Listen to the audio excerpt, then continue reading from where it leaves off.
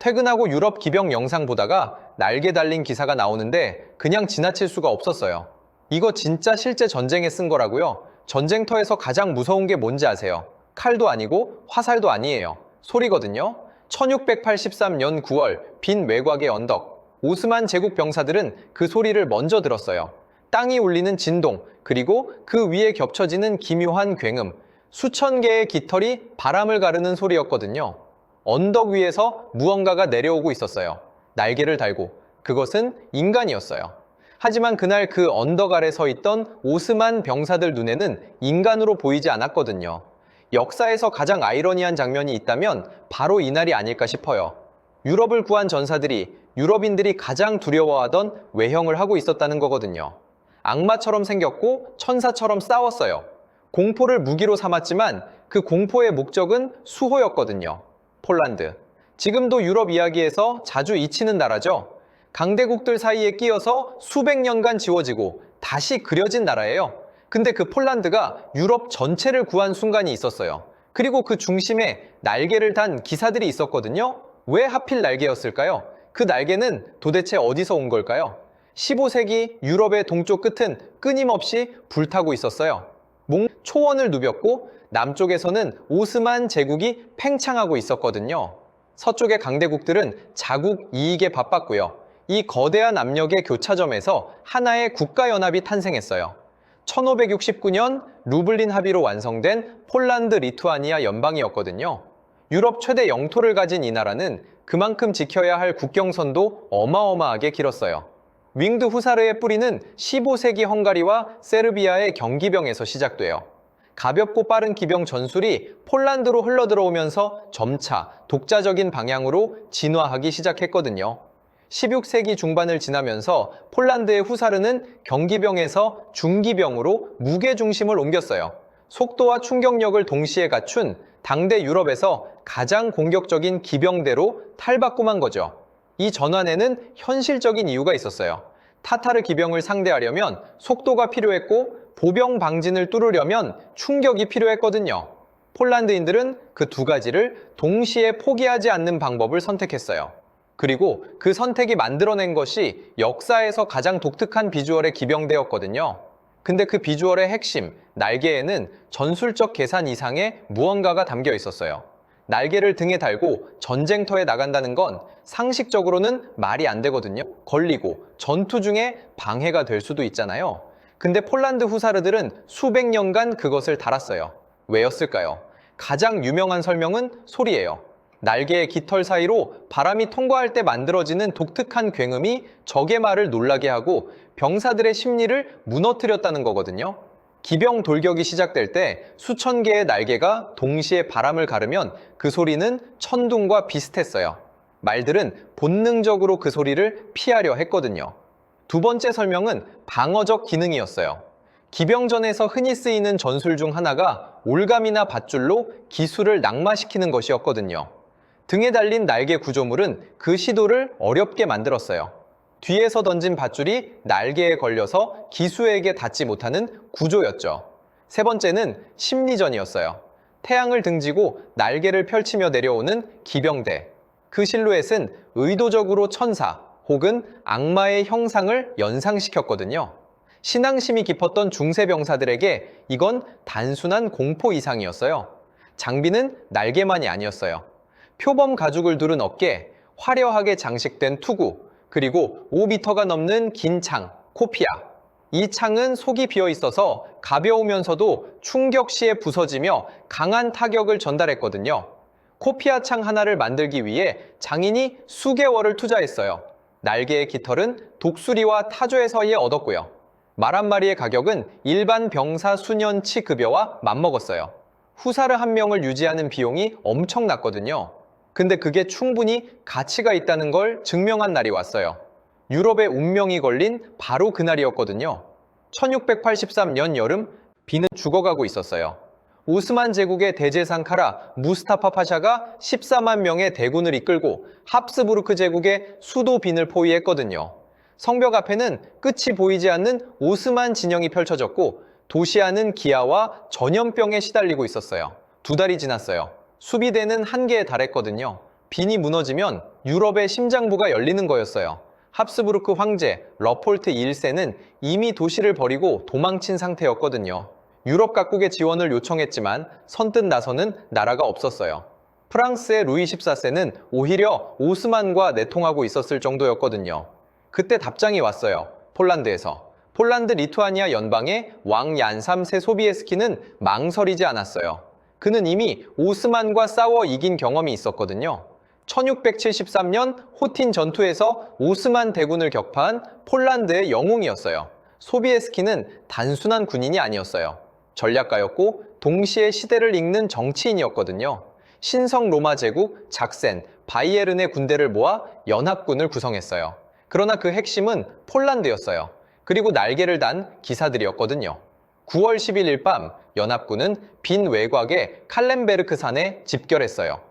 그리고 다음 날 아침이 밝았습니다. 1683년 9월 12일 오후 5시 소비에스키는 말 위에서 아래를 내려다봤어요. 오스만 진영이 한눈에 보였고 빈의 성벽이 보였거든요. 그리고 그의 등 뒤에는 18,000명의 기병이 서 있었어요. 역사상 한 번도 이루어진 적 없는 규모의 기병 돌격이 준비되고 있었거든요. 그는 명령을 내렸습니다. 산에서 내려오는 기병대를 처음 목격한 오스만 병사들의 증언이 기록에 남아 있어요. 하늘이 움직이는 것 같았다고. 날개를 달고 쏟아져 내려오는 수천 명의 기사들은 언덕의 경사와 태양을 등에 업고 거대한 파도처럼 밀려왔거든요. 윙드 후사르가 선두를 이끌었어요. 코피아 창을 수평으로 겨눈 채 전속력으로 내려오는 그들 앞에서 오스만 기병이 무너지기 시작했어요. 말들이 먼저 도망쳤거든요. 날개 소리, 땅의 진동, 압도적인 시각적 충격이 한꺼번에 쏟아졌어요. 카라 무스타파의 지휘 체계가 흔들렸고 2달간 빈을 압박하던 대군이 몇 시간 만에 퇴각하기 시작했거든요.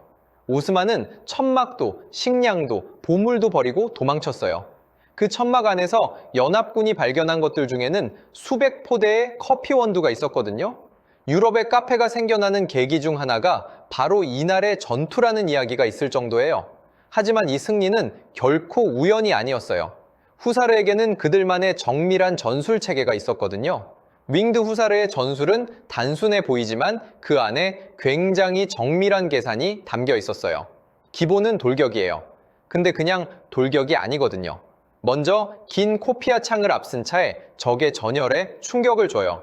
5m 창이 방진을 뚫을 때의 충격은 현대 실험에서도 재현이 어려울 정도거든요. 속이 빈 창은 충돌 순간 폭발적으로 부서지면서 그 파편과 충격이 한꺼번에 전달돼요. 창이 부러지면 권총이 등장해요. 후사르 기수들은 안장 양쪽에 여러 자루의 권총을 매달고 있었거든요. 근거리에서 사격 후 즉각 검을 뽑아 백병전으로 전환했어요. 창, 총, 검이 순서대로 이어지는 이 조합은 당대 어떤 기병도 갖추지 못한 다층적 전투 방식이었거든요. 속도도 독특했어요. 일반적으로 기병 돌격은 마지막 순간에만 전속력을 냈는데 후사르는 달랐어요. 일정한 속도를 유지하며 리듬을 맞춰 진격했거든요. 말의 체력을 관리하면서도 적에게 심리적 압박을 극대화하는 방식이었어요. 멈추지 않고 흔들리지 않고 일정한 속도로 다가오는 것 자체가 공포였거든요. 근데 아무리 강한 전술도 시대를 거스를 수는 없어요. 새로운 무기가 등장하기 시작했거든요. 머스킷 소총이 전쟁을 바꾸고 있었어요. 17세기 말부터 18세기에 걸쳐 유럽 각국 군대는 빠르게 재편됐거든요. 훈련받은 보병이 일제 사격을 가하면 아무리 용맹한 기병도 총알을 막을 수 없었어요. 바이오넷이 개발되면서 보병은 창 대신 총에 칼을 꽂고 근접전도 가능해졌거든요. 기병이 충격을 주기 위해 달려드는 동안 보병은 세 줄로 서서 교대로 쏘아댔어요. 날개는 총알을 막지 못했어요. 코피아 창은 소총의 사거리 안에 들어오기 전에 기수를 죽였거든요. 5m 창이 의미를 가지려면 적의 전열 안으로 들어가야 했는데 그 거리까지 도달하는 것 자체가 점점 더 어려워졌어요. 폴란드도 이 변화를 외면할 수 없었거든요. 18세기 들어 윙드 후사르의 규모는 줄었고 장비는 가벼워졌어요. 날개는 전투용이 아닌 의식용 장식으로 남겨졌거든요. 전장에서의 필요가 아니라 퍼레이드에서의 전통이 된 거죠. 빈 전투로부터 불과 100년도 지나지 않아 날개 달린 기사들은 전쟁터에서 사라졌어요. 시대가 그들을 필요로 하지 않게 됐거든요. 하지만 폴란드는 그들을 잊지 않았어요. 오히려 나라가 사라진 시대에 그들은 더욱 선명하게 빛나기 시작했거든요. 1795년 폴란드가 지도에서 사라졌어요. 러시아, 프로이센, 오스트리아가 세 차례에 걸쳐 폴란드를 분할했거든요. 123년간 폴란드는 독립국가로 존재하지 않았어요. 언어를 쓰지 못하게 하고 역사를 가르치지 못하게 했거든요. 지배자들은 폴란드라는 정체성 자체를 지우려 했어요. 그러나 지워지지 않는 것들이 있었어요. 1683년 빈의 기억, 날개 달린 기사들이 유럽을 구한 그날의 기억. 폴란드인들은 그것을 붙들었거든요. 나라는 없어도 우리가 유럽을 살렸다는 기억은 남아 있었어요. 윙드 후사르는 군사 조직의 이름을 넘어 민족 정체성의 상징이 됐거든요. 시인들이 노래했고 화가들이 그렸어요. 나폴레옹 전쟁 때 폴란드 기병대가 다시 활약한 것도 같은 맥락이었어요. 전술이 아니라 정신의 계승이었거든요. 20세기 두 차례의 전쟁에서 폴란드는 또다시 강대국들 사이에서 짓밟혔어요. 1939년 독일 탱크 앞에 기병대가 돌격했다는 이야기는 과장된 것이지만 그 이야기가 만들어졌다는 사실 자체가 폴란드인들이 무엇을 기억하고 싶어 했는지를 보여주거든요. 압도적인 적 앞에서도 물러서지 않는 것. 그것이 후사르였어요. 날개란 무엇이었을까요? 전술적으로는 소리 무기였고 방어 장치였고 시각적 공포였어요. 근데 그게 전부였다면 화약의 시대가 끝난 뒤에 폴란드인들이 그 날개를 계속 그리고 새기고 기억할 이유가 없었을 거예요. 날개는 자유였거든요. 누구도 폴란드 땅을 밟지 못하게 하겠다는 의지, 아무리 강한 적이 와도 하늘에서 내려오듯 맞서겠다는 선언. 날개를 단다는 건 나는 두렵지 않다는 것이었거든요. 그리고 수호였어요. 빈 전투에서 폴란드가 얻은 것은 없었어요.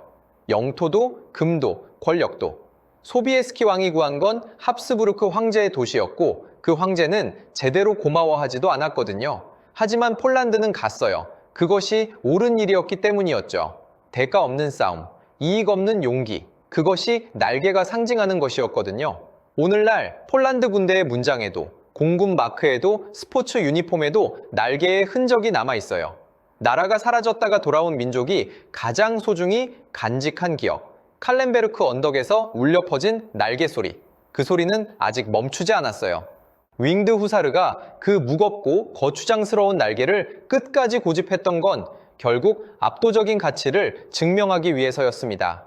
우리 삶도 똑같습니다. 남들이 비웃는 나만의 고집이 결국 나를 지키는 가장 강력한 무기가 되기도 하거든요.